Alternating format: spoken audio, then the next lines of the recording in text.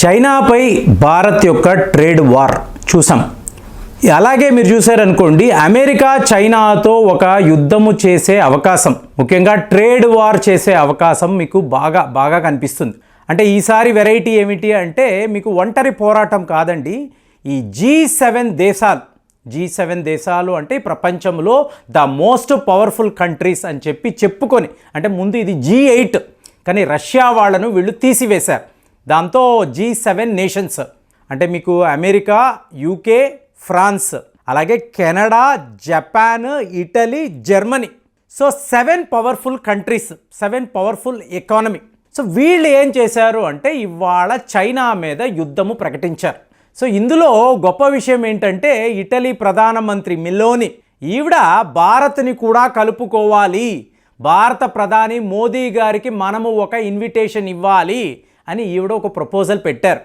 మరి ఇప్పుడు కుదురుతుందా అంటే ప్రస్తుతము ఇటలీలో ఈ 7 దేశాలకు సంబంధించిన ఫైనాన్స్ మినిస్టర్స్ కలుస్తున్నారు. కలిసి ఈ చైనా ఆగడాలను మనము ఆపివేయాలి.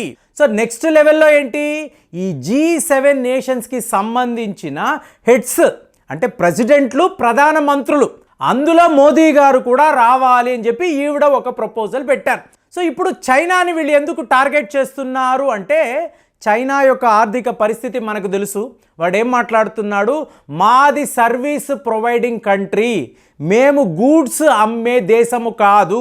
అంటే ఇటు ప్రొడక్షన్ అనేది మాకు తక్కువ, సర్వీసెస్ అనేవి మేము ఎక్కువ చేస్తామని ఒక పచ్చి అబద్ధాన్ని ఇవాళ ఈ G7 నేషన్స్ ముందు చైనా వాడు పెట్టాడు. ఎవరైనా కూడా ఒక చిన్న పిల్లవాడిని అడిగి చైనా ఏం తయారు చేస్తుంది అంటే మీకు ఒక దువ్వెన నుంచి, షూ నుంచి, బెల్టుల నుంచి చెత్తా చెదారం ప్రతిదీ చైనా వాడే తయారు చేస్తాడు. ఇంకా జుట్టు కూడా అమ్ముకుంటాడు. అలాంటి వాడేం మాట్లాడుతున్నాడు, మాది సర్వీస్ ఓరియంటెడ్ కంట్రీ. ఎందుకు ఇలా చెప్తున్నాడు, వాడి రియల్ ఎస్టేట్ను బేస్ చేసుకొని లేని ఒక బలూన్ని వాడు ఊది ఊది ఊది ఇంత పెద్దది చేసి, నా దేశం ఇంత పెద్దది, నా ఎకానమీ ఇంత పెద్దది, కావాలంటే ఈ బలూన్ని చూసుకోండి అని చెప్పి ప్రపంచానికి చూపించాడు. చిన్న చిల్లు పెట్టాము, ఒక్కసారి ఆ బలూన్ మీకు బర్స్ట్ అయిపోయింది.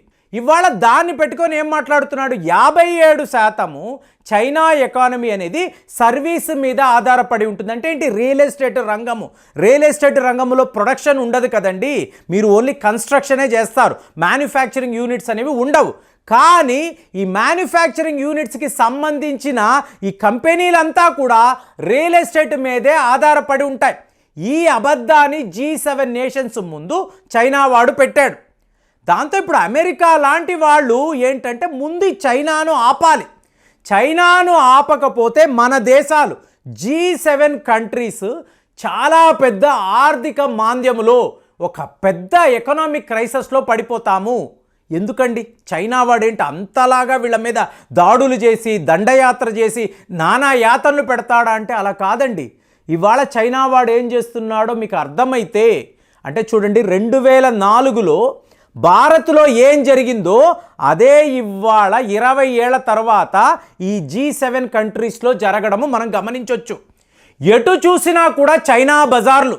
మీరు బకెట్లు అంటాడు, మగ్గులు అంటాడు, బెల్ట్లు అంటాడు, మ్యాట్స్ అంటాడు, మీకు చైనా వాడి ప్లాస్టిక్ ప్రోడక్ట్స్ ఎటు చూసినా కూడా భారత్లో కనిపించేవి. తర్వాత మొబైల్ ఫోన్స్ అన్నాడు, సెమీ కండక్టర్స్ అన్నాడు, ల్యాప్టాప్లు, కంప్యూటర్లు, ఎక్కడ చూసినా made in China, made in China, made in China. దాంతో భారత్కి ఏమైందంటే ఇందులో క్వాలిటీ ఏంటి, వీడు అమ్ముతున్న క్వాంటిటీ ఏంటి, ఈ ధరలు ఏంటి, ఎవరికీ అర్థం కాలేదు. శాంసంగ్ వాళ్ళు భారత్లో అమ్మడానికి వచ్చారు. 12,000 రూపాయలు మా ఫోన్ అండి అంటే 7,000 రూపాయలకి 2 ఫోన్లు ఇస్తాను అని చెప్పి చైనా కంపెనీలో ఆఫర్లు ఇచ్చారు. జనాలు ఎగబడి కొన్నారు.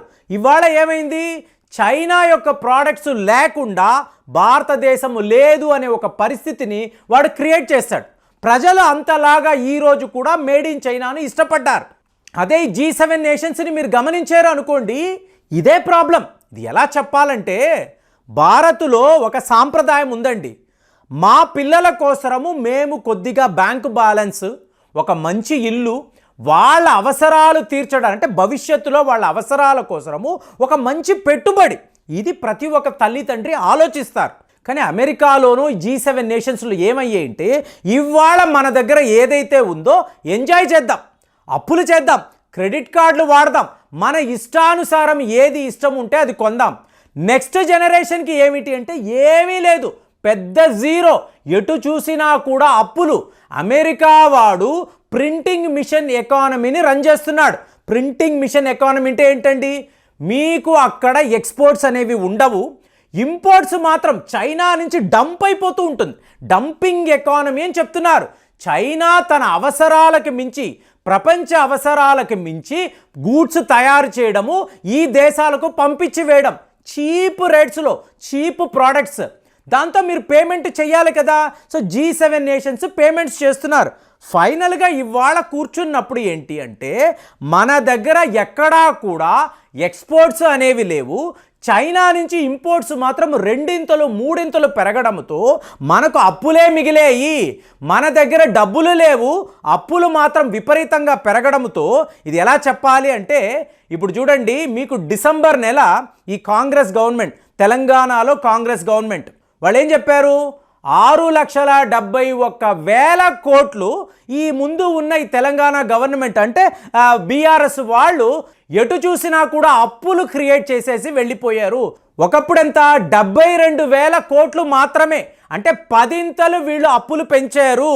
సో ఇప్పుడు ఈ భారం అంతా మా మీద కదా పడింది అంటే రేపు ఎవరైనా ఆర్థిక నిపుణుడు వచ్చాడు, ఏమండి ఏంటండి కాంగ్రెస్ గవర్నమెంట్ ఏకంగా 6 లక్షల కోట్ల అప్పులు చేస్తారా అంటారు. అరే మేము కాదండి, మాకు ముందున్న వాళ్ళు చేశారంటే బాధ్యత మీదే కదా అంటారు.